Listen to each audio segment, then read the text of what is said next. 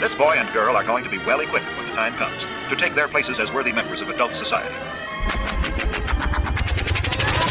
Aloha, y'all. This is Daniel Eisenman, the host of the Breaking Normal podcast, where my guests are all invited based on the frequency of synchronicity, all done in person, and all trailblazers in the breaking of all things normal. All right, y'all. Welcome to the Breaking Normal podcast. We're closing out 2025 in a very breaking normal way. As you can tell, I'm in a new studio, which is actually the home of the guy I'm sitting with, Matt Winkley. Welcome to Breaking Normal, and welcome to your house. Well, thank you for that invite, and I'm glad to be here. I realized I said home and house. What is the difference to you between the two? I think a home is where there's love and family and friends. I think a house can be like an investment property. Which you're into both of these. I'm into both, yeah. So I know a little bit about the differences. Yeah, and one of the ways I know you is because your lovely wife, Julie, was the realtor to a previous podcast guest and a strong ally of mine, Raj Lahoti. Great, yes. That's a great connection. That's one of them. How do you think we know each other? I think we know each other through our online community, and we have, I don't know, countless amounts of mutual friends, and it was bound to bump into each other and connect, and I think somehow we got connected that way, would be my best guess. And then we took that relationship offline to, hey, I think we talked offline once. We did like a phone call. That's right. That's right. Phone call. And that's where you told me about a lot of your past history. Yeah, we just sort of like took the relationship offline there. And then you were traveling to San Diego. I'm like, hey, if you're in town, let's connect. And then that's how we met up in person. And then I saw your heavily meditated 11-month-old at the sunset. Meditated, correct? Not medicated, meditated. That's a good. Just make so sure many there's things to talk about. We've talked about the difference between a home and a house. What do you mean that he's highly meditated and not highly medicated?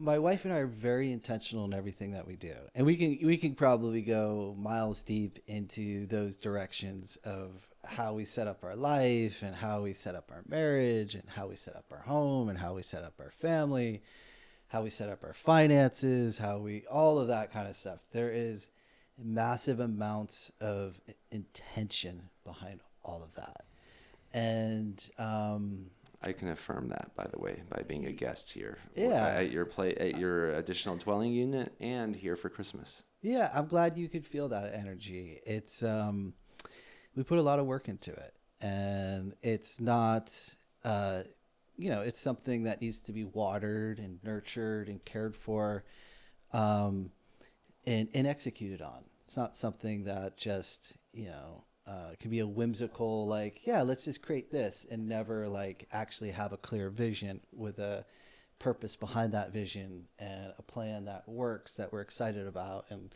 we want to execute, take actions on and all that. But I think, let's peel back a little bit further before I get into like how we set up our family. I think where my story starts is I'm a guy from a small town who wanted to escape a small town. And growing up in New England in a small farm town, I really wanted to experience a bigger life and more than what small town America could offer me at that time. Even though those are really nice options, I wanted to desperately escape and see what else is out there. So shortly after I graduated college, I literally booked a one-way ticket to California with no car. To San Diego? Or to San Diego. Have you heard the Blink-182 song, San Diego, where he sings about booking a one-way ticket to San Diego? That might have subconsciously been part of it. I'm not sure if I'm aware of that particular lyric, but I'm aware of the story. It's a very common story where people feel called to an adventure and are drawn to it and then go on this big adventure and find themselves or find meaning or purpose or whatever they're after. For me, I wanted to discover all of it. I wanted to see a bigger world. I wanted to see how I fit into that world. I wanted to see and taste more experiences and be exposed to different kinds of lifestyles, cultures. I was just looking for a lot of that. So when I landed in San Diego, it was like a big dream for me. You know, I'm like, I'm living inside my dream. I felt literally emotionally high for like 2 months. I'm like, I can't believe I live in paradise. I can't believe I pulled it off. I can't believe I did it. I escaped that town and I'm here and my feet are in the sand and I'm connected with all these interesting people and people who are challenging the status quo of life like I was, and just, you know, all kinds of rebellious people and artists and culture that California can offer. I was like drawn to all of it. And so the next thing was, well, how am I going to actually live here? Because I got to pay for it somehow. So that started my next chapter where I didn't feel drawn to a normal sort of life. I was really drawn to something that was way outside the box. And the next dream that I could think of was, how do I control my time? I don't have to report to a boss or to something on a daily basis, that I could report to myself, that I could declare how I wanted my day to unfold. I could pursue what I thought really mattered. And really what landed was, okay, I guess entrepreneurship is, how does that work?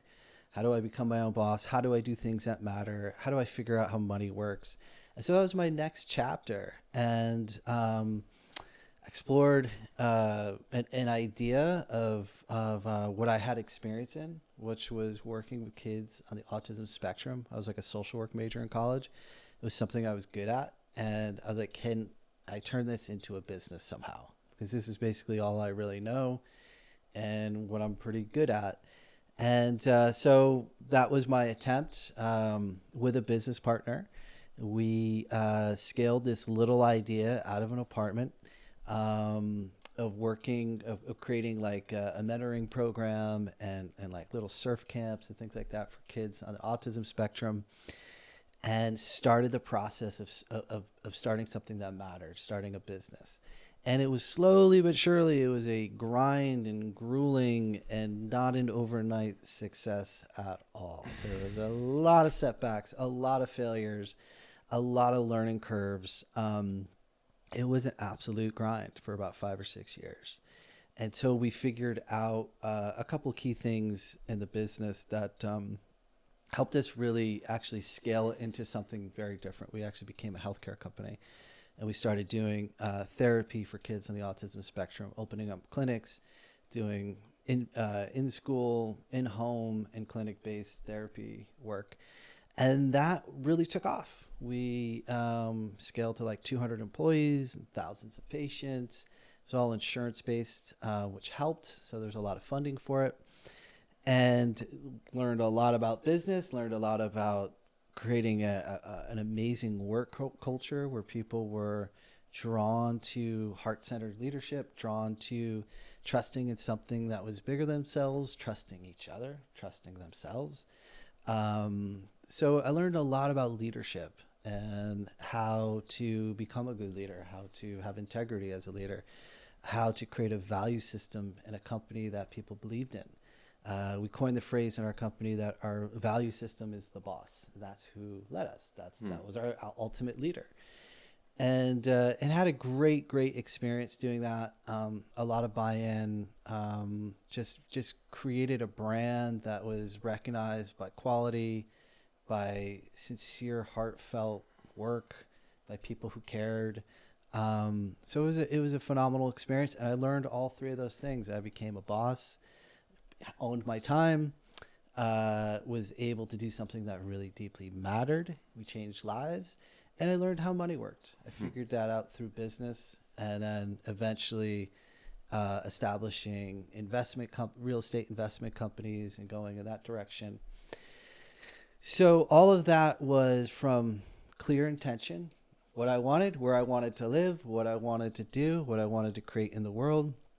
through a process called vision planning, which I did a lot of, to create those particular targets, those goals, those sort of highest intentions that I had, and got clear on those. And then with plans that I could execute on. So that was sort of some work stuff that I did. And we adopted it in my personal life too. When my wife and I got together, there's about 9.5 year difference between us. And I had been in the hamster wheel for a while. And then when we got together, she was really just getting going in the work world. And she had some really keen observations about it when she went out and started to really look for a job. Was that one, she could not get around the fact that you sit in a cubicle or you sit somewhere for 8 hours and then you stay there. Well, first of all, you sit in traffic, and then you sit in a building, and then you come home and sit in more traffic, and then you do that for 40 years, 50 years, and that's called life. And so she really pushed back on that idea, that was definitely not a path that she was interested in.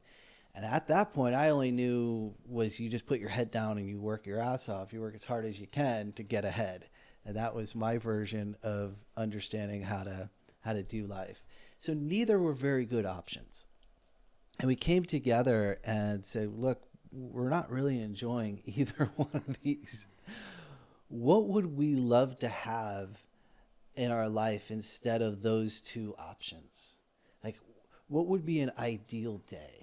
If we started, like, what time would we wake up at? What would we do during the morning? What would we have for lunch? How would our afternoon flow? What would be the end of the day like? If we could dream and really just map out like these versions of perfect days and perfect ideal sweet days, what would they even look like? And we started to backfill and fill that time in. And we're like, our morning would be slow and easy. We would move our bodies. We'd spend time with people that we would care about. We would have options. We could do things that felt fulfilling to us. We could rest. We could relax. We could travel. We could book a flight and go somewhere on a whim. We could have adventures. We could, it was all this sort of our version of an ideal, sweet, beautiful day. It started there. I find that pretty fascinating. So instead of envisioning your full life, you started almost like in a microdose version of how to have the ideal day. Is this part of like the strategy of what you call vision planning? It's a little bit of it, yeah. I want to know, because a lot of times that's all life is. How many mornings do you have in your life? What do you want to do with those mornings? You're going to eat foods every day. What would you like to put in your body? You're going to be around people. Who would you like to be around? Julie and I's families are not close to us, but they're important to us. How could we spend time with them and see them as much as we want? And then the point about starting a family, if we wanted to have a family, what would that look like? Would we want to travel with our children? Would we want to educate them from home? Would we want to have exposure to different places and experiences? Like, how would we want to parent them? Would we both be stay-at-home parents? Would one work? Would both work? Would we be dropping them off at daycare?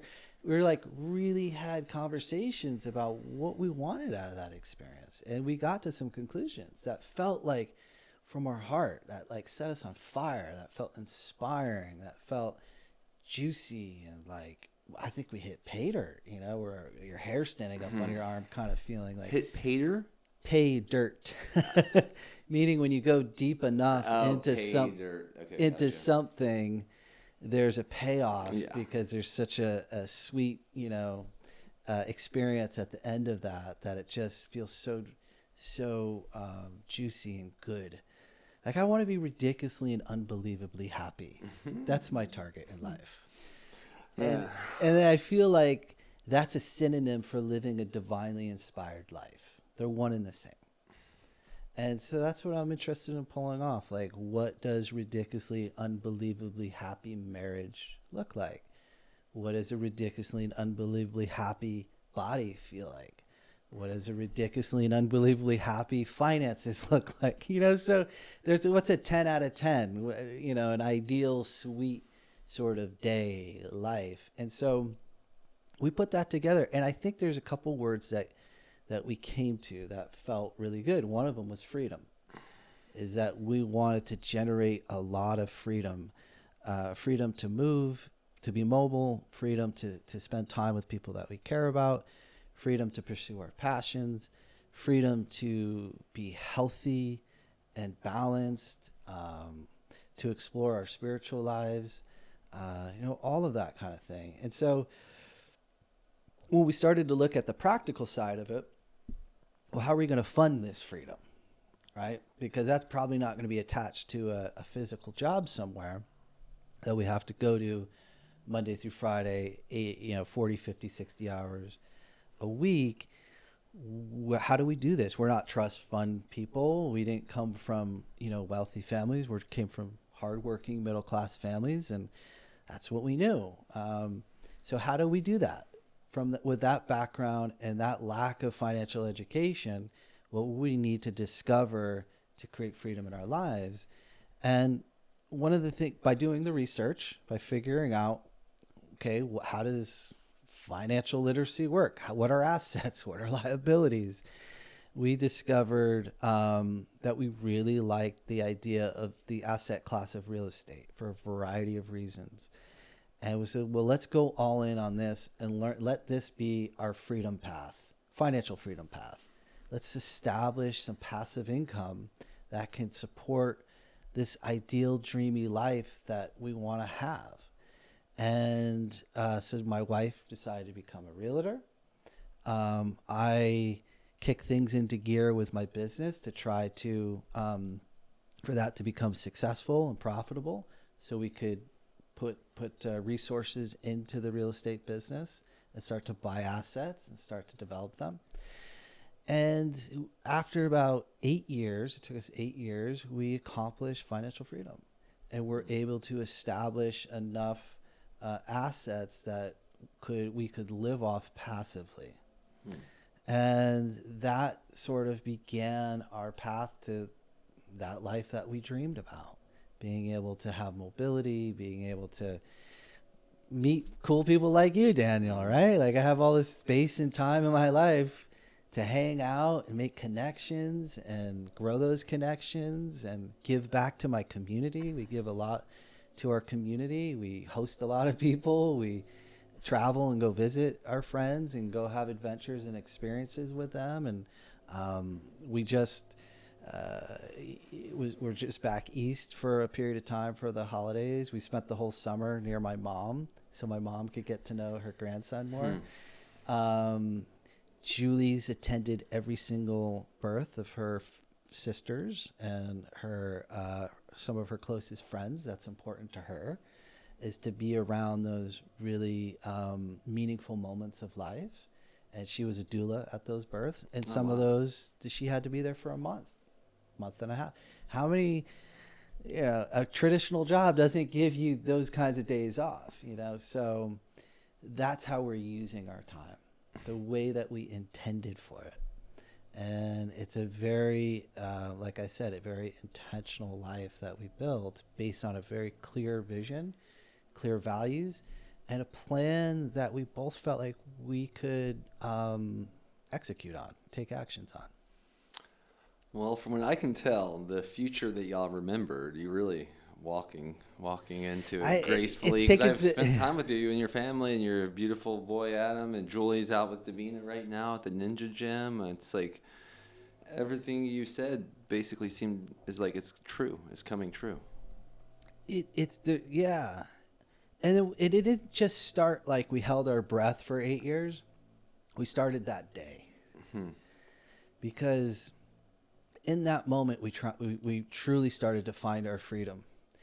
Because I think the opposite of freedom is living in a prison, an internal prison of like lack of clarity, lack of knowing who you are, lack of knowing what you truly long for, like heart stuff, like heart storming, like how to really get in here and pull this out. Like, what are you truly longing for? To be a father, to be an entrepreneur, to be an adventurer, to move to a new city? Like, what are you really longing for? To be healthy? To All of them. like what part of it is you're really drawn to? And so that started the process of freedom for me, because I could get real clarity on like what I was drawn to. Prior to that, I really didn't know. It was like being in a room with the lights turned off. Like, I really don't know where things are. I really don't quite know where I'm going. I'm just kind of feeling my way through the dark. And then someone said, hey, there's a switch over here. Why don't you pop it on? Much better. I can see things. That's where the couch is. I don't have to bump into that anymore. I actually can make a path around this room to get to where I want to go. You said prior to that, prior to what? The vision planning? Or was Yeah, there like prior- an epiphany one day? Or was it meeting Julie? Or was it like an ongoing process? It was chronic illness. Okay. That's what grabbed me, pulled me down, and stopped me in my place. Was working 80, 100-hour work weeks, grinding myself into a pulp to pay for a life I did not like living anymore. And that's what grabbed me out of thin air and halted me by the reins. My body literally collapsed and said, we will not take another step forward in the direction you're going in. And it was a loud enough wake-up call that it captured my attention fully, because I could not get out of bed. I was a strapping athlete, marathon runner, triathlete. I was a high achiever type of personality. And I went hard after the things that I thought were my goals. And a lot of people, I think, are in my boat. They may have mastery of their mind, disciplined, achievers, accomplished goals, but they may not have mastered their hearts. And that's where I was at. Is I had a very strong mind. I was able to like will myself to these things, if you will. But I was a student of the heart. I was a novice of the heart. And so I had to learn how to go inside and find these answers that I was missing about peace, what that feels like, about love, about compassion towards myself, about integrity, about honesty. As Rumi says, the only light on the inner path is honesty. How I'm truly doing. What do I truly want? How do I actually tap into that? How do I feel that? How do I emotionally feel that? What does that look like to me? I had to like get into the somatics of it, if you will, like to really tap in and listen to this poor little guy that I was just whipping and beating and just like, go horse, go. Until the whip didn't work anymore. So I had to put that down, take a new approach, and become my own best friend and listen to what this guy was really, really longing for. I was not longing to work the way that I was working. I came out here for fun and adventure, and that got set to the side, and it got replaced by grind and grit and like, how do I afford to live here? And it was not a very good strategy. And I think like learning meditation, and there's a whole other chapter I went to a school to learn this, and I spent 3 or 4 years actually pretty much like living a monk's lifestyle, where I was celibate for 3 of those years. I started to go inward, meditate, learn how to connect into myself.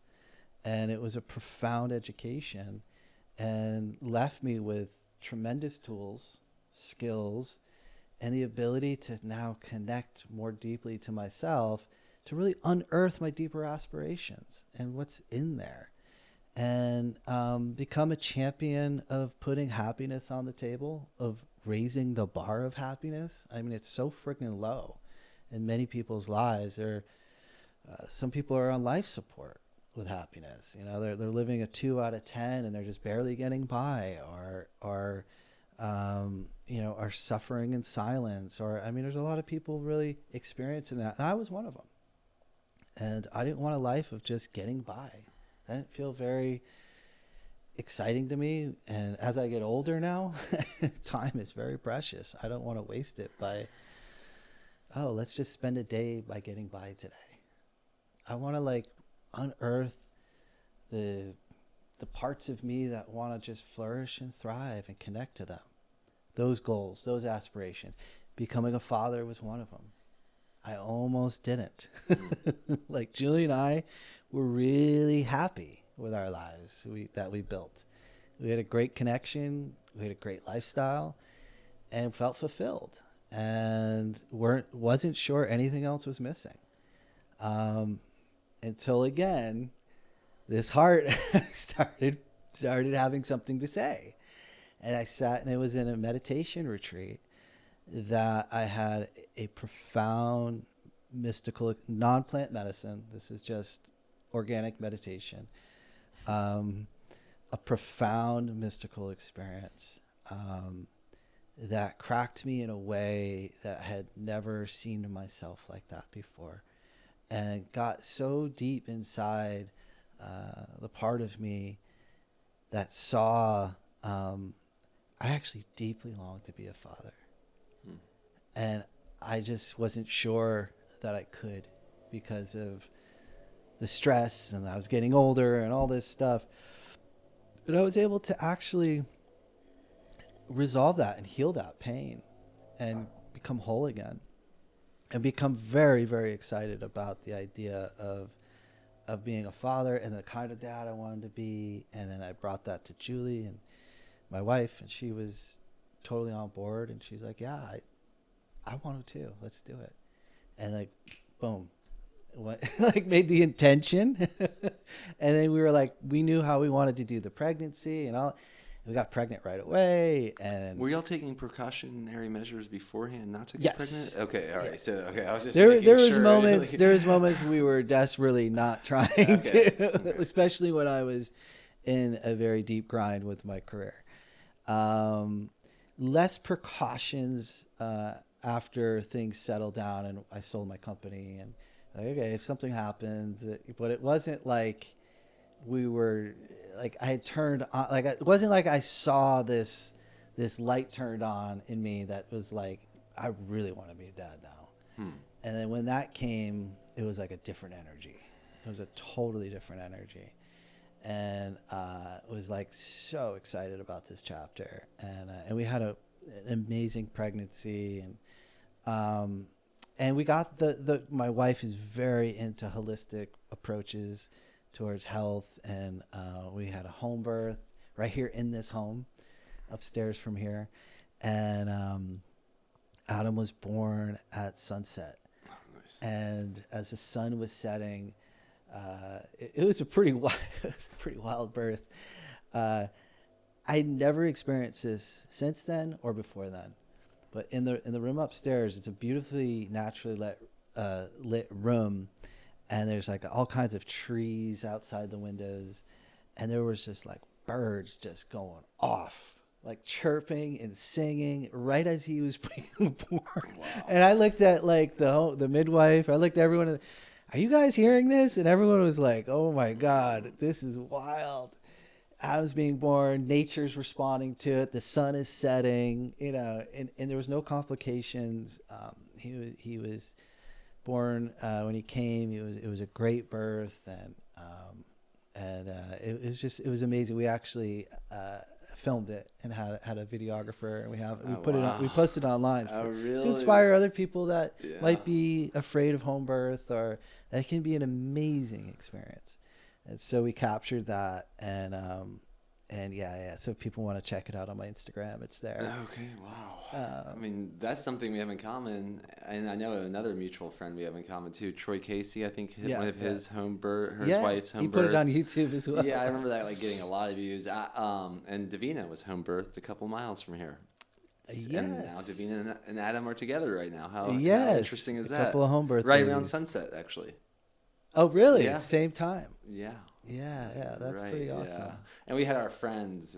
They were the Hawks, so they weren't necessarily birds, but our last name Hawk. They were like hovering around because she's a mom, and they were very close to us. Ginny Hawk is a mother of 3 beautiful children that we were friends with, Yeah. and we still are. And I guess they could sense it too, and they were just like waiting to hear. So we had the Hawks while y'all had the birds during sunset. It would, and I don't hear the birds chirp like that. I mean, you'll occasionally hear some birds go off here and there, but not like at the chorus that they were creating. Wow. It was pretty spectacular, and just the whole experience and our team, our birth team was just. We couldn't have asked for a better team. I mean, the whole experience. And I think that really set the tone for Adam's life, my son. And you've experienced him. Mm-hmm. He's just a very present little boy. He looks at you very deeply. Mm-hmm. He loves to be seen. He invites people into him as he likes to look at you, to know you. He is just a magical child. I mean, and he's been, and also my wife is just, I got to give all credit to her. I mean, the way that she co-sleeps with him, breastfed 100%, the patience that she has and the tenderness and the kindness, we don't yell at Adam. We don't scold him. We really just nurture his instincts and for curiosity and connection. And so it's so far so good. So far so good. It's been an amazing journey thus far. He's an amazing child, and we might eventually hopefully we get Julie on the show. But I can't deny the correlation, especially with the Breaking Normal audience, to circle it back to the beginning, how you said he's not heavily medicated. Yeah. Just the correlation of another baby that from my understanding, hasn't seen many doctors or at all, seems to be all the ways you were describing. Correct. Yeah. Because a lot of parents are afraid to not take their child to a hospital or a doctor and do as they're told. I mean, we've had nominal visits. Sorry, my landscaper's outside. I wonder how. I don't know how the feedback works and all this, but we'll make it work. We'll flow with it. Hopefully. He's not supposed to be here today, but he showed up anyway. He's part of it. extra ambitious. It is a nice day. It's a super nice day. Yeah. Anyways, I mean, the inputs that he has had have been very holistic. Like he's been to a chiropractor. He's been to like massages and just more things that he may need. Just that he's gone to get massages from someone else other than y'all. Yeah, I mean, little like baby like that. That you can do. Y'all should video that. I want to like watch a baby get massaged. It's especially Adam. It's just a nervous system thing, where it just helps with stress and there's stress being born on the body.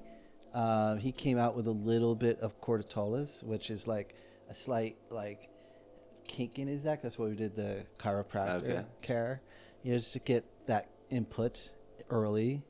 Those kinds of things. But I mean, Julie could probably speak to this. She knows a ton of this side of things of care. In your podcast, you probably cover that. I'm probably not as versed there. But overall, I meditate with him, and when he takes a nap with me, that's a lot of. Oftentimes, I'll do meditation with him, and kind of spend time on the internal life together, and it's fascinating, to like sit and feel the energy of him and to feel his spirit. I was kind of in this deep meditation with him one time, where I actually consulted a friend of mine who is kind of a spiritual mentor in my life, because I was like, his soul scared me. Like, it was so big. I was kind of like going into that soul space, and then I was meeting him there, and it felt massive. And I had questions about that. I was like, can some people's souls be bigger than others? And he had an interesting answer. He's like, your son's witnessing more of that than you are. It's like you're in a room and you're in the corner and he's using the whole room. And you're only using like a tiny part of your corner of that room because of all the veils and the pictures that have gotten attached to you as you've aged. And there's no veils on him. There's no, he's witnessing complete, like the divine 100% God consciousness at this stage. So that's why it felt so big, was his ability to witness more of his soul than what I could witness. At least I thought that was like a cool way of like looking at that. And that felt interesting because I kind of felt that. I was like, okay, yeah, it's not like a soul is bigger than another. It's like the witnessing of that can be different. That's such a cool idea, meditating with your children. I'm imagining a lot of people are going to be like inspired by that, including myself. How would you encourage someone to start meditating with their child? Well, is he meditating with me or is he just sleeping? I definitely am meditating and he's laying on my chest sleeping, right? So I have a meditation practice. So if you have a practice that you can lean into it. I'll do my practice and I'll get myself into that space and start to go through from ego to heart to soul. Like so I study Sufism, and I've studied that system. And in that system, I'm going through the layers of the heart. So that's a meditation practice that I'm doing. And as I'm opening each door of that layer, I can feel myself, the sensations of what it's like to ripple out into the deeper parts of that heart space. And so as I'm traveling inside, I'm sensing, I'm feeling it. I'm starting to see things. I'm seeing energy. I'm seeing these different kinds of, quantum fields, if you will. And I'm starting to witness it with him. Like you can tap in with others and become like in this coherent energy space. And so that's where I feel like I'm traveling together with his spirit and my spirit. And even if he's just like sleeping, he's still, traveling in those spaces, if you will. And so I'm just kind of like linking up with where he's at. That makes sense. Well, what do you think the main difference between like dreaming while you're asleep versus having visions while you're meditating? Well, I think there's differences. Is that my understanding is that the pineal gland, one of the key ingredients for that to have a mechanically open is to have the core ingredient of melatonin. And the most amount of melatonin you have is in the middle of the night when you're dreaming, because that's a key ingredient for dreams. And so it's actually a really nice time to wake up and meditate. 3 o'clock, 4 o'clock in the morning, 2 o'clock, somewhere around there, where you have a head full of melatonin. You're in that awake, sleepy space. In Sufism, they say the veils are the thinnest at that hour because it's a very quiet time. Your brain is already in that process of being in the ability of opening up the pineal gland. And, you don't want to actually go to sleep. You want to stay awake and be conscious. But it's kind of a fun feeling to be in that in-between state where you can have just a more easy way in, if you will. That it's like when you meditate, I don't know, right now in the middle of the day, it's really dense. You've been awake for a while. The world's very active. You may take a minute to drop in a little bit deeper to get past that sort of activity in the mind and slow it down and really kind of connect to the energy of the heart. It's a lot easier when in the middle of the night, when you're already kind of in that awake dream state, if you will. It's just an easier doorway. Do you do this in the middle of the night? When I was going through the University of Spiritual Healing and Sufism was the name of the school that I went to. It was a recommended practice, and I was getting up in the middle of the night, around 3 or 4, and I would do an hour or 2 of meditation. An hour or 2, and then wow. Oh yeah, I would sometimes 4 hours. Oh yeah. Now, how would you wake up naturally, or would you do something? No, I would. In the beginning, it's hard, right? There's poetry about this. Like Rumi talks about this, right? Rumi's a Sufi poet, and some of his books in the background here. He talks about the magic of being up in the night in his poetry, and don't miss a night. Yes, get up, and it's hard. Like in the beginning, you're really tired, you're groggy. It's the last thing you want to do, right? And so there's a little bit of discipline to it. And then you get up and you're kind of like nodding off, and it's like a practice to learn how to do this. And then you do it another night and it gets a little bit easier, kind of like your 100 Sundays. Right? Yeah. So it gets a little bit easier. And then you add a week. Now you're into it a month. Now it's a habit. And now it can get to a point where you can't wait to get up because you know what's waiting for you. You know the experience that's waiting for you. You know the feeling. You know how it sets your whole day. The days are different. The way you're establishing this sort of flow to your spirit for the day. I mean, just like when you work out and you don't work out, or when you eat junk food or you eat a clean meal. You know the difference. This is like eating like high spiritual nutrition. Sitting with yourself, struggling with your ego, getting past that, getting into the magic of the heart, getting into the soul space, which is these are like mystical type of experiences without plant medicines, like having those types of experiences where you're seeing visuals and you're sensing things rippling out and you're getting lost in these beautiful spiritual worlds and traveling. And then studying with my Sufi teacher, he provided a roadmap. It's like, how do you know where you are? How do you know when you're in the commanding ego? How do you know when you're in the inspired self? How do you know when you're in the blaming self? How do you, and there's like indicators of where you are, and this is what you'll experience. This is the types of thoughts that you'll have. This is the types of reactions that you'll have. This is what the fragrance of this state. And there's a difference in Sufism between a state and a station. A state is something that you visit, that you have an experience and it wears off. A station is when you've actually established yourself in that state and it doesn't wear off. You live there. I mean, that's high level stuff. You know, I mean, like, I'm still working on states. Right? Yeah, Sufism, can you tell me just briefly for someone that's never heard of it? Absolutely. What is that? It's so,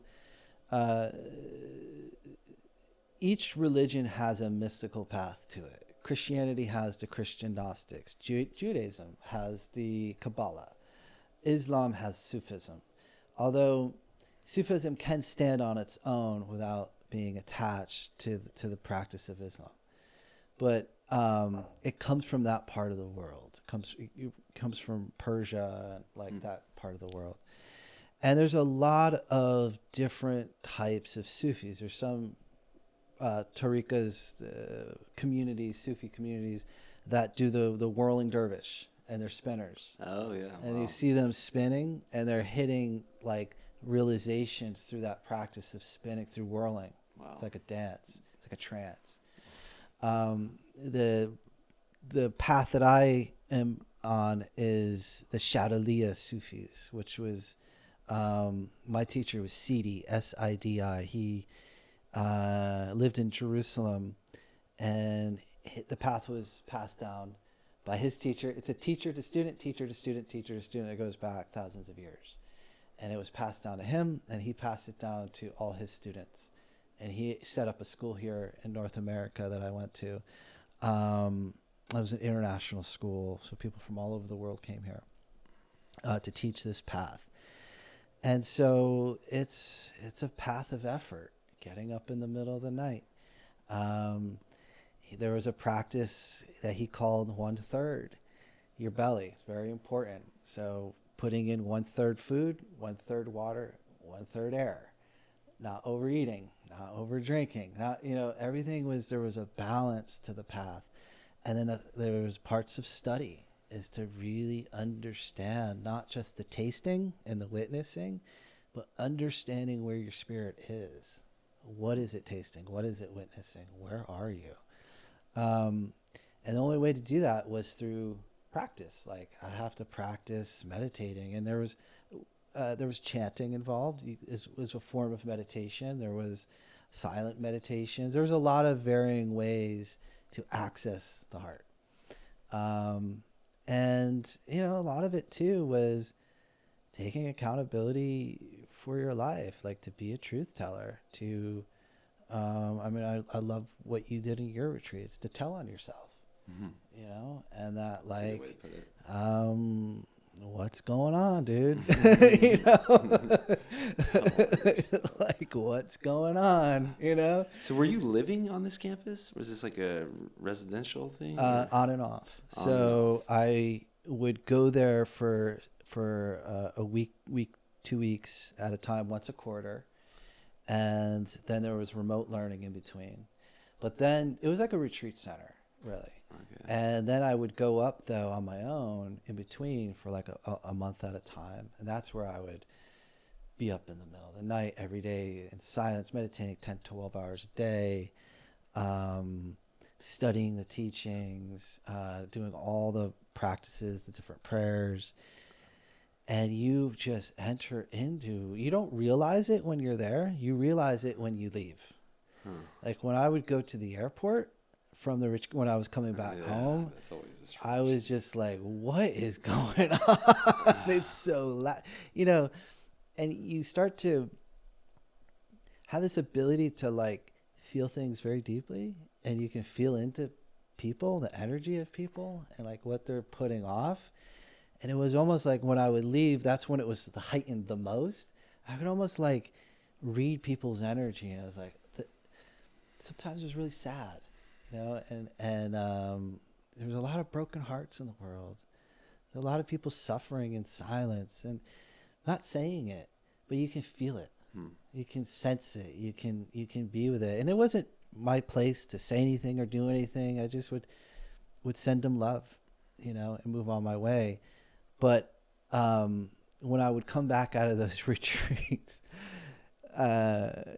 people who would see me knew that I was going, and they always loved when I would come back, because it was just like, you're glowing. You're just like, your eyes are different. They're softer. Your whole heart is, like, open and exquisite and gentle and sweet, and not weak, but just strong in the sense of love and compassion and mercy, and offering that to people, because you're offering it to yourself, and it's like rippling out that you've done some work, that you sat with places inside yourself that hadn't seen light in a while.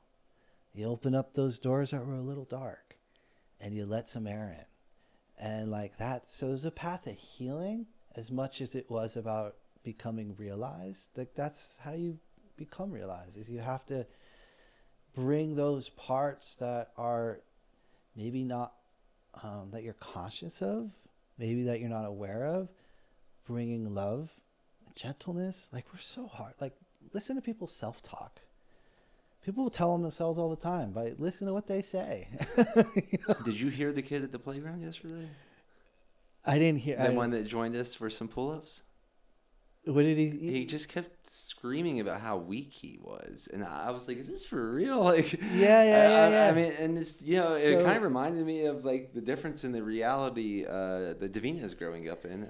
If I heard Davina say something like that, like, wait a minute, let's have a talk about what you just said. So he just told on himself. He just kept telling on it, and I know. I think we were helping. That's why I was like, I'm going to help you do some pull-ups. It looks like you're telling on yourself. But where did that voice come from?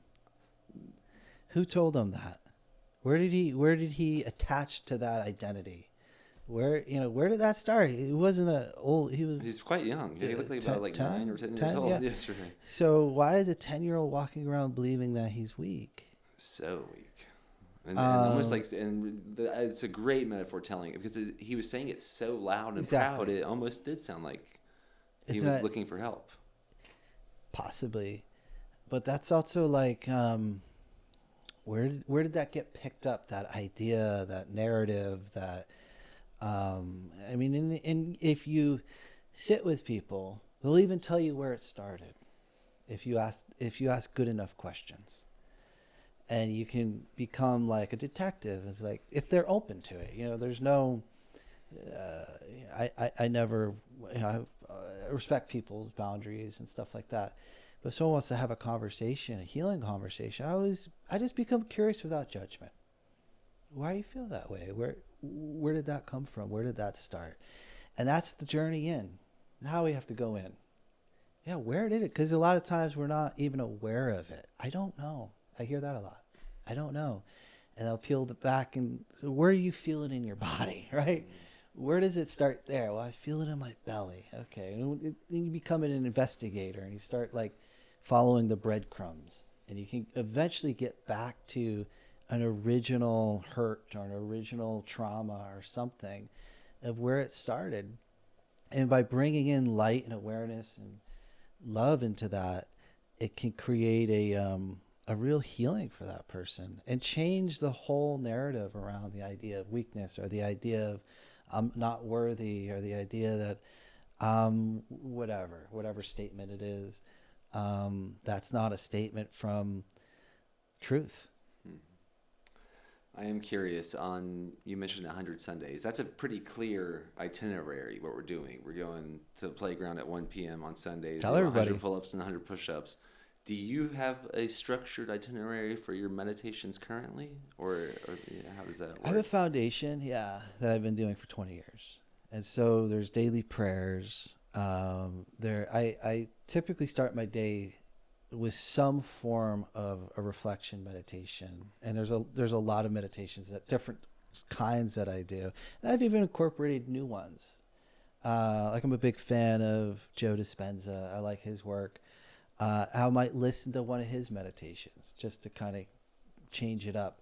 Or I may do a Sufi meditation, or I may do some chanting, or I may do a silent remembrance practice, or it might be, honestly, a walk with my wife in a really deep conversation that could feel meditative, because I'm gnawing on something and I want to process with her, and she'll help me, or we'll find some resolution in that conversation that helps ease tension in my body.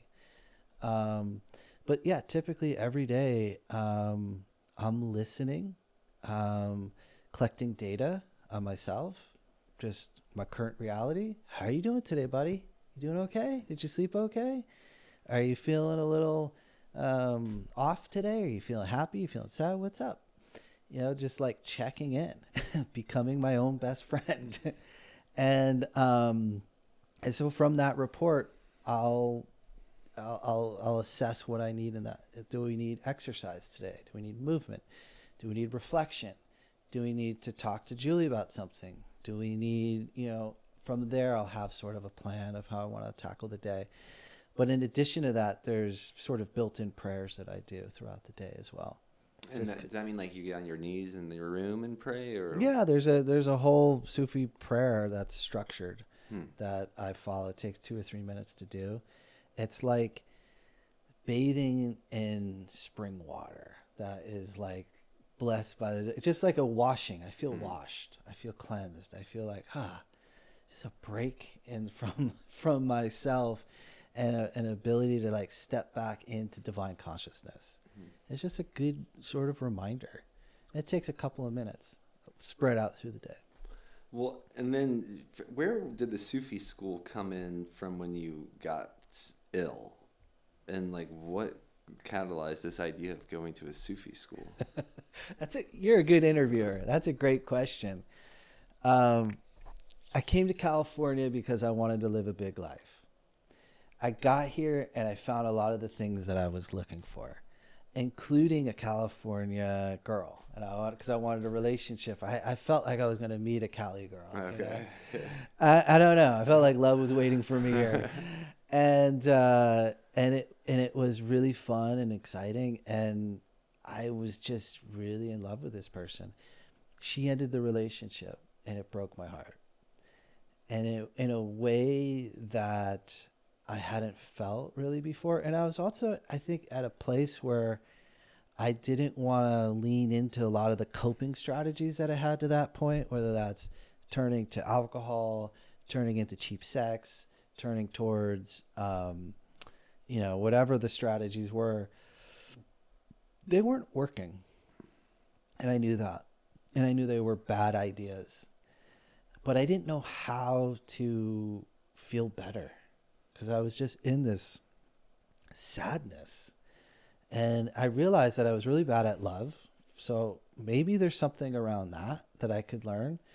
Who are the teachers, the facilitators that are in the space of love that could show me about it, that I could learn? Who are the healers that I could heal this pain that I felt? I didn't know where to find them yet, but I would go to like the bookstore and I would go to the self-help aisle, the spiritual aisle. And I'd start just going through books, reading and reading and reading. And what I would find in some of those books were just like beautiful words around what it felt like to feel peace and this sort of enlightenment, if you will. I was like fascinated by that word. What does that mean? What's that like? How do I feel that way? Who knows how to do that? Who could teach me that, like on a deep level? Because I'm not tasting it, but they're interesting, profound ideas. So I had that as an idea, a thought. It was like, I want to taste what's in these books. I want to taste these words. And for real, whatever it takes, I want to do it. So that was like my intention. And before I started my business, for about 6 months, I was a teacher. And at this school, I was sharing with a colleague of mine, kind of, hey, I'm just going through a hard time at a personal level. She said she had a friend who was a Sufi healer. Mm. And when it came to matters of the heart, she's exceptional. You should talk to her. So, dude, what's her number? I'm desperate for help. Sure. I don't know what the hell this is, but yeah, if she can help, let's find out. I met this person. She was a very unassuming.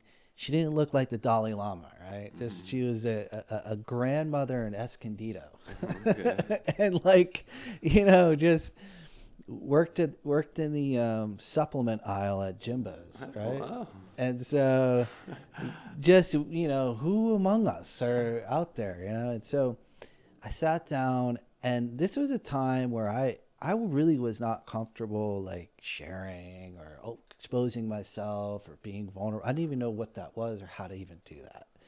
Like I was tight, like really tight, locked up, and as a young man. And so for whatever reason, she held this incredible space where I just could disclose myself, what I was going through, the pain that I was experiencing. I just had to talk. So I let it rip, and she didn't judge me. She just was like this angel in my life, and she listened. She really listened to me. And when I was finished speaking, she said, "I think I could help, and I want to teach you about Sufi meditation. They are the experts when it comes to love. That's what they're all about. That's this core central to their teachings is love. And you want to learn about love. You got to experience what it's like to feel love, to feel it in yourself, to feel your heart, to feel it open." I said, "Please show me this." And so she taught me it.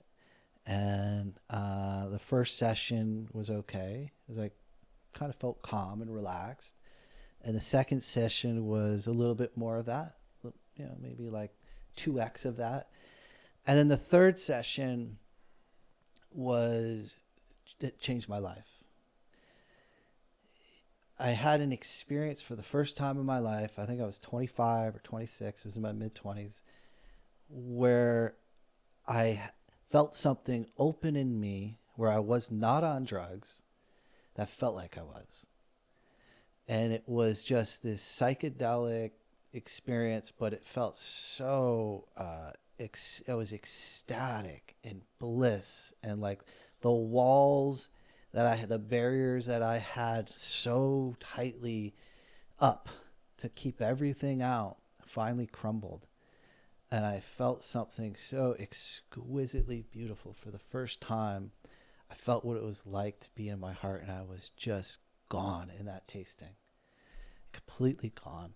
I was not in my normal mental, analytical mind. I was not in my normal senses of self. I was just in this bewilderment of this spiritual, ecstatic, blissed out experience. And oddly, she would do these sessions over the phone. Just wasn't even in person. She'd do them over the phone for whatever reason. She liked to do it that way. But so I'm laying on my bed with my earphones in, and I finally realized I think we're disconnected. I heard silence on the other end of the phone, so I call her back. I said, I think we got disconnected. She's like, no, I hung up 45 minutes ago. You were so in where you needed to be, I didn't want to disturb you. I said, what? Who are you? What happened to me? Where did I go? This started my journey. It was so profound that it was the tasting I was looking for. And I said, well, who taught you how to do that? First of all, can you show me more of this? So I want to live like that. And it wore off after a few hours of being totally blissed out. It eventually wore off, but it planted such a deep seed in me that I wanted to nurture that seed and water it. I was like, who taught you this? Where does this come from? And she said, I went to this school and I learned about it. And this was my Sufi teacher, and he's teaching about it. And so I immediately went in, started hanging out with their community and learning from them, and eventually enrolled into the school, and just my life took off. And I became a devout student of this work. I healed the broken heart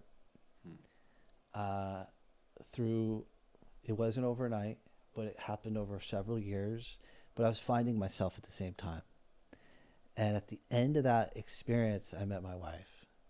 And I met the real relationship for me, like the one that, and she, I would not have gone for a person like Julie when I was younger. Like my attraction changed. What I was interested in changed. I wanted something so much more profound, so much more deep, with integrity and values, that we could grow together spiritually, emotionally, physically, on all levels. Our sex life, and having that be at a high level, the way we grow through challenges, the way we talk to each other, the way we resolve conflicts in the marriage, the way we are with partners, the way that we got this clarity around vision and what we want to create a life together. That all came through a lot of maturity on my end, growing spiritually and emotionally, growing my integrity. Like, if I'm being honest, like I feel like the bar of integrity in my life at that point is really low. Like, it made me sick to want to tell lies, to want to do things that were outside of my values, that felt morally or consciously wrong. Because I started to taste and feel what it felt like to live at a way that was in such alignment. I didn't want to break that alignment. And, but I did that on my own at first. I built a foundation and a base that was in myself, that was sturdy, that I could lean into. And I couldn't at first. I had to build these stories, this house. And when I felt really strong, that's when I found my partner. And she was doing the same work. She was on her path. At the same school? The same school. She was working on herself. She came to that school. She has her own story of how she showed up. Wow. And she was working on her own. She had her own inner journey. So we met in the middle. It wasn't like a codependency thing. It wasn't. Still to this day, we have a very strong, healthy attachment. and you know, we work on it. It's not perfect. You know, we have arguments, we have fights, we have challenges and differences, and all kinds of things. You know, especially now, becoming parents. Julie had to go through postpartum, and that was watching her hormones be really out of balance through you know, as all women go through, and like how to hold space for that, and like there's new things that she needs from me, and we're growing now. There's new chapters that are evolving currently, but that's what we set up back then, was we wanted to grow together at all costs. Man. So that's how I found Sufism. A little long-winded. Well, I'm what it like you have is just such chapters. It sounds like you have a book coming. You have so many chapters of your life. A lot. But everyone does. I am like, to circle it even back more in the beginning, did you have a plan when you came to San Diego? Did you have a house to stay at? Did you have friends, or what were you? I knew one person. My plan was just to get there. Okay. That was the plan. I wasn't good at plans back then. Like I had this sense in me after I graduated college that if I didn't do something now, I might end up never escaping this small town. Because that was the story of a lot of people around me. Did you go to college in that town too? Not far away. Okay. Like, and what was the town? East Haddam, Connecticut. Okay. Which is a lovely town, by the way. Yeah. I actually enjoy going there now in life, and my mom still has a farm there, and we visit quite often. It's a beautiful place to raise a family, and there's good people that live there. As a young person, though, as a teenager and you know, someone who's 21, it wasn't very exciting for me. And I just wanted to see more of the world. I'd never traveled. Up to that point, I'd never really been anywhere. And so that was the motivation, was to just get out. And I made when I was in college, I came out to San Diego on a spring break trip. And that was like, I made a mental note. I was like, this place is pretty rad. I want to get back out here. I think I remember being at PB once, and it was like spring break. We weren't there for spring break, but it was. Yeah. That was a lot out of control, if I remember. I don't know if it was PB or which beach, but it was like a whole different scene. San Diego has so many different pockets. It was you know, PB as a 21-year-old's a fun place. Yeah, that's what I remember. And so that made a very strong impression for me. And so I made a mental note, like, get back here. And so, I mean, actually, it's kind of a funny story. Is another friend of mine, we were planning to come out together, and we were getting ready. Like, I didn't even have a car that would have made it. Like, my car was on its last legs. So I left that thing behind. But his car would have made it. And I was like, and it would have been fun to go together, to have an ally in this journey, right? And to go across the country and see the country. It would have been fun. And he got cold feet like a couple weeks before we were supposed to leave. He bailed on it. And I was like, I don't know what I'm going to do, man. Screw it. And I had one friend that I knew that lived out here. And he's like, I have a room for rent, but you need to be here now. And I'm like, done. Booked a one-way ticket. Because he wants to rent, like it'll go fast, kind of. Yeah, I mean, like you said, you want to come. Yeah, nice. All right, man, I got a space. I like this friend here come. in San Diego. and so I'm like, done. And I went online and booked a ticket and just packed my clothes and left. And I had that room. So that's all I had out here was a room in a house. So I started. He lent me his beach cruiser. So that was my transportation. There was a bike in the garage I could use to get around.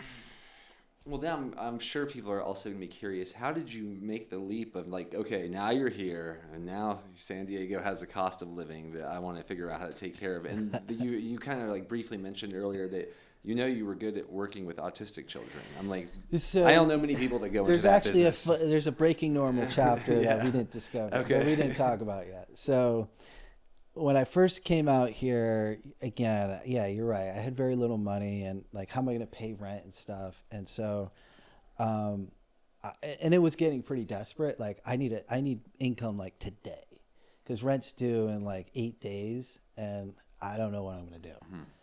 And so, I answered an ad in the Reader at the time. It's like before like social media got going. It was the Reader, and it said just like a sales job.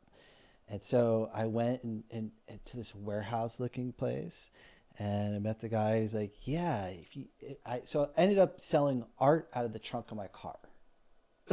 So his art, he had a warehouse full of like framed art, and he's like, yeah, if whatever you sell today, I will pay you at the end of the day.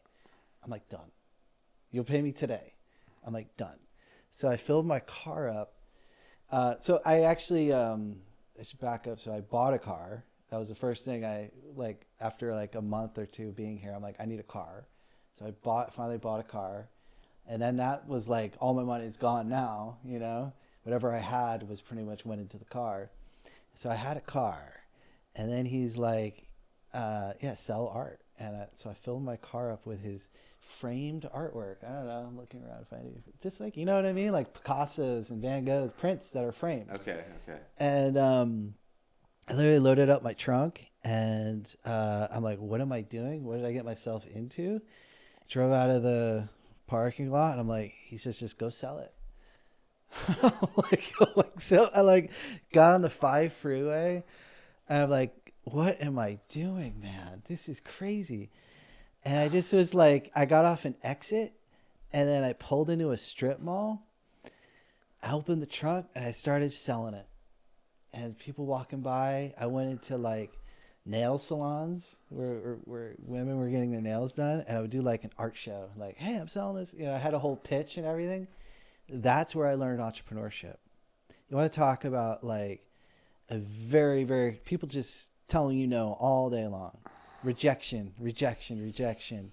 And so I ended up selling a few $100s of art that day. I came back. I had no idea if it was good. I came back, and he's like, oh, what? How many?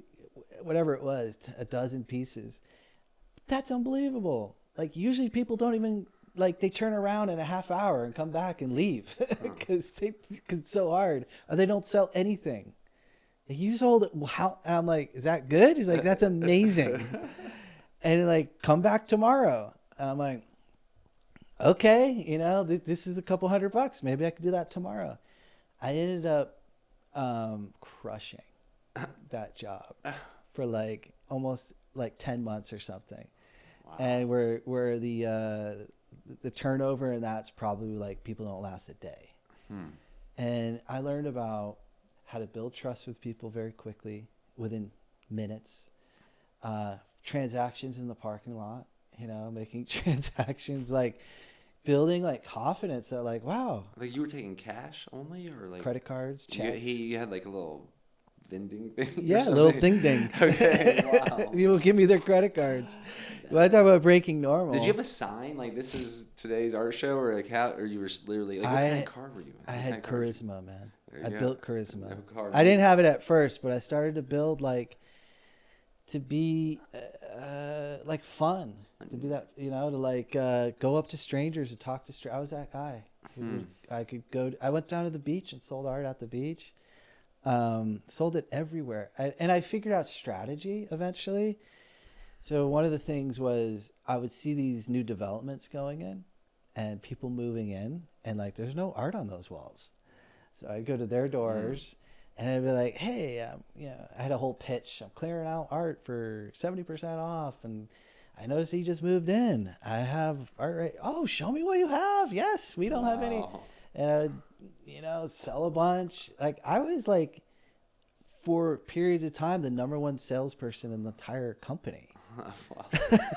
Like, they had spots all over the country, like the New York one, the Miami, Chicago. We were like the San Diego branch.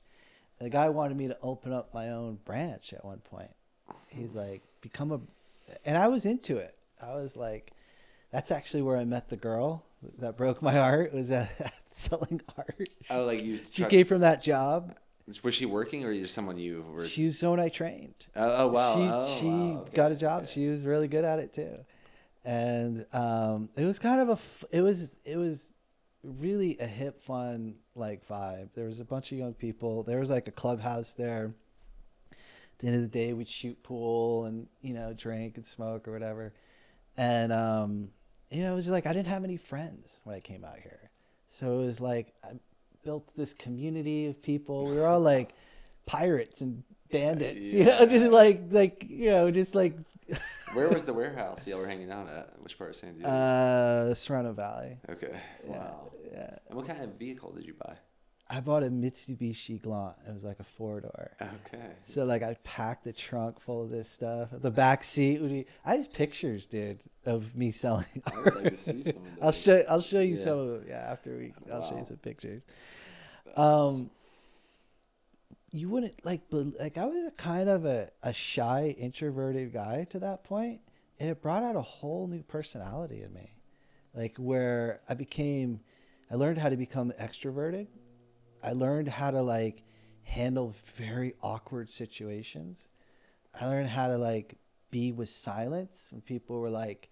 I learned how to close deals. I learned tactics like people be thinking it over. Like the first person to speak loses. In those situations. I learned how to just be silent in the awkwardness and wait till they speak. Or I learned, and then through failure, I would speak too fast, and then it would end the momentum of the deal, and they would walk away or something. So it was like a lot of skills that I developed. So when I did start my company, I had unbelievable confidence that I could talk to literally anybody. So when I was delivering, trying to hire people or selling my company's service to families, I would sit in living rooms. And I was so good at selling. I drew those skills from the art experience into building the healthcare company.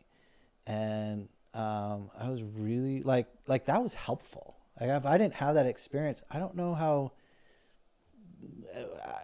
the other company would have gone. You know what I mean? Like they lend into each other. Just like Rob Roz is leaning into tribe vitamins.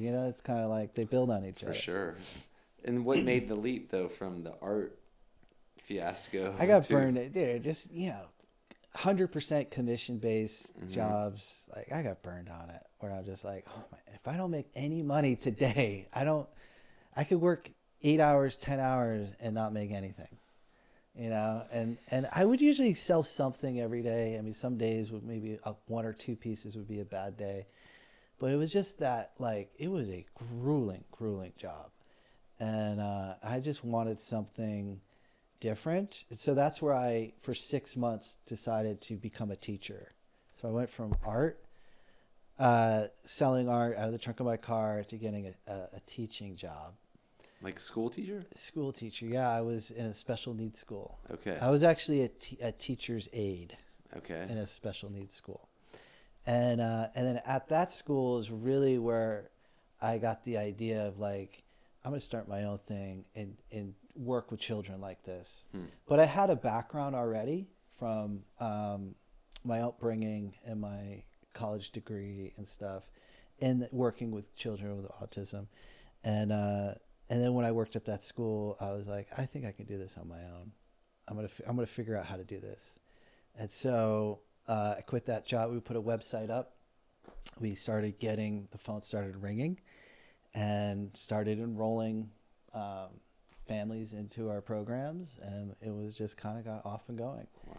And but I had to have like a second job in the evenings to keep, to pay the bills, to work on my business. That's kind of how I did it.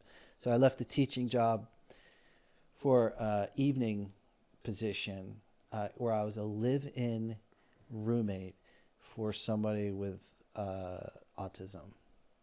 So that was like, and that was from like 10 p.m. to 10 a.m. Wow. But I could sleep. They allowed me to sleep. But that was like 12 hours a day. I got paid for those 12 hours. And then I would work. So I had my whole day free, and that's where I worked. That's why I was telling you, I was working 80, 100-hour weeks. Like I had a lot going on during that time. Startup's no joke, as you know, it's hard. How long was that stint from starting that business to selling it? 2005 to 2018. Wow. Okay. 13 years. That sounds like a big chapter too. The first 5 or 6 years of that were very, very hard. The upstart. I did not find success until about 6 years in. In fact, you can even ask Julie when you see her next. At about year 4 or 5, I got together with Julie, and she was like, "You're working so hard, Matt, for so little. Why are you doing this? Why don't you do something else?" And I'm like, "Because I burned the boats. I'm either taking the island or that's it. It's either I do this or I die trying, because I wanted to be my own boss so bad. And I wanted to do something, and it felt good. Doing something that really mattered felt good on my soul. And I've just got to figure it out. I haven't figured it out yet." And then like a year or two later, we finally broke through, and that's when I started to really become financially successful, and her life changed, our life changed. Started buying real estate and all that stuff. So I often ask her, like, "What do you think about it now?" Yeah, I'm wondering if you have any words of wisdom for someone that feels like they're hey, it's been 5 years and like, what's going on? You got to get real. You got to be real about your why, man. Like, if you don't have that on board, like if you really don't know why you're doing it, like your purpose, like, and you might, that's where it gets fuzzy. And like, my why was so dang strong. It just propelled me through a lot of those lean, tough years. Because it still was a driver. I could still feel the purpose of it. The why, and what was your why? My why at that time was to be my own boss, do something that mattered, and to learn about finances, to learn how money works. Those were like my 3 things that I was trying to conquer. And entrepreneurship was how I was going to do it. I was going to do it as an entrepreneur. I just did not feel called to be an employee or to work for someone else. Unemployable. I once had a shirt that was what it said on the back, but I lost it. I loved that shirt. I was like, unemployable. I love this. Like, unemployable.com. Like, I don't think I'm and I wasn't a great employee. Like I when I had that teaching job, I wasn't really passionate about it. I don't think I'm that good of an employee, but I feel like I'm an amazing leader and an entrepreneur, and that's where my talents truly are. How long have we been doing this for? 1 hour? Does that say 1:22? Oh, we're 11 minutes past my normal field goal time. We're breaking normal. Unless we started about 10 minutes early, did we? No, that's clock. That's right. Okay, yeah. Great. So we can actually, well, this is just the beginning. I'm remembering an awesome future of many more cool collaborations with you and your family. As all our families are collaborating right now, I'm like looking at these fun text messages of them at the Ninja Gym. It sounds like everything's good. Any questions for me, and how do people find you or follow you or reach out to you? So what I'm doing right now is I'm getting back to my roots. I'm teaching Sufi meditation. I'm helping people who have mastered, like mostly I work with like a lot of high achievers who've really mastered their minds but not their hearts. And I help them really come back and lean into their heart and really taste that and feel that. I do that through Sufi meditation. You can find me on my Instagram channel, Matt.Winkley. We'll you can find me link in the show notes as usual as well. For my entrepreneur friends on LinkedIn, I'm on there as well. You can hit me up. But I'm here to serve, man. I love to give back. I'm in a place in my life where I have just a lot of energy to give right now, and I just want to help back, pay it forward. Well, you're doing it. Man, that's how I feel being around you. So thanks for walking the talk once again and breaking normal. We'll put all that in the show notes. You got a question for me before we go? No pressure. I like the scene. It looks nice in here. I would say, tell me about your why. My why. My why is very revolved around Davina. I feel that too when I'm around you. Yeah. My why is probably Being her dad. yeah, being the best dad I can be while living, like kind of cultivating, living, and offering a life that's best for both of us as well. Just it's a hazy world out there sometimes, especially raising kids and normal culture these days. She goes to a public school, a great one, but it's constantly an education for me, and I love learning life through her eyes. Yeah. Such an easy way to be more childlike. Do you feel like you're revisiting those ages in yourself? For sure. Yeah, for like what sure. it was like when you were 9. Yeah, definitely. Yeah. And she's helping me do things I missed. Like even like how we played Candyland the other day. I'm like, I never played Candyland. I want to play Candyland. Yeah. Or just play. yeah. Like just be and play. And that's like I've heard that advice enough times, probably from so many others and myself, like within that. Like if I can sit down and play what she wants, that's probably about the best thing I can do. Yeah. And like what that seems to be the best thing I could do for my life too. Is just get on my butt and sit down and play what games she wants to play. And be into it. Yeah. Oh yeah. And like be present with that moment and like really enjoy what she's experiencing. Yeah, that's pretty cool. That's cool. I think Adam's given me a lot of those lessons too. We had a really busy year with a couple of our real estate projects. Adam doesn't know anything about that.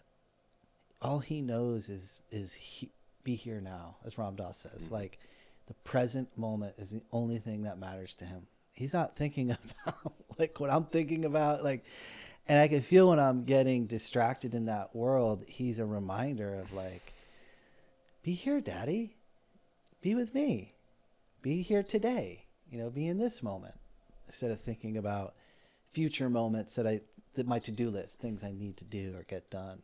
It's kind of cool. Yeah, it's so humbling too, because as you alluded to, I'm not the greatest like get in line and follow orders type of person either. But Davina, just like one little like just knowing that like godly, like the way she looks at me or wants to play with me right now, that's going to be changing. That's changing. Yeah. So what bigger why is to, like I said, just be able to play with Davina in a way that serves us both in a healthy way. Yeah, I mean, this, as everybody says, it'll be gone in a blink of an eye. Her childhood, Adam's childhood, she'll be an adult living on her own. It's such a short period of time. Like I just don't want to waste any of it. That's how I feel. Yeah, so I'm going for that. I'm still, I think I'll continuously aiming to be the oldest child in the room, and having a child definitely is a humbling inspiration for that. Yeah. Like the best. So I think that's great advice. Maybe we end there. Just be the oldest thriving child in the room. Let's go. I know some guys that are older than me. There's some seemingly more childish sometimes. So we're playing. All right, keep playing with that idea and all these ideas. Would love to, if you have any questions, leave them in the comments below. Reach out to Matt. It's been super special being connected, and I guess it's time to go play with our kids now. All right. Thanks, brother. Thank you. Thank y'all. Peace.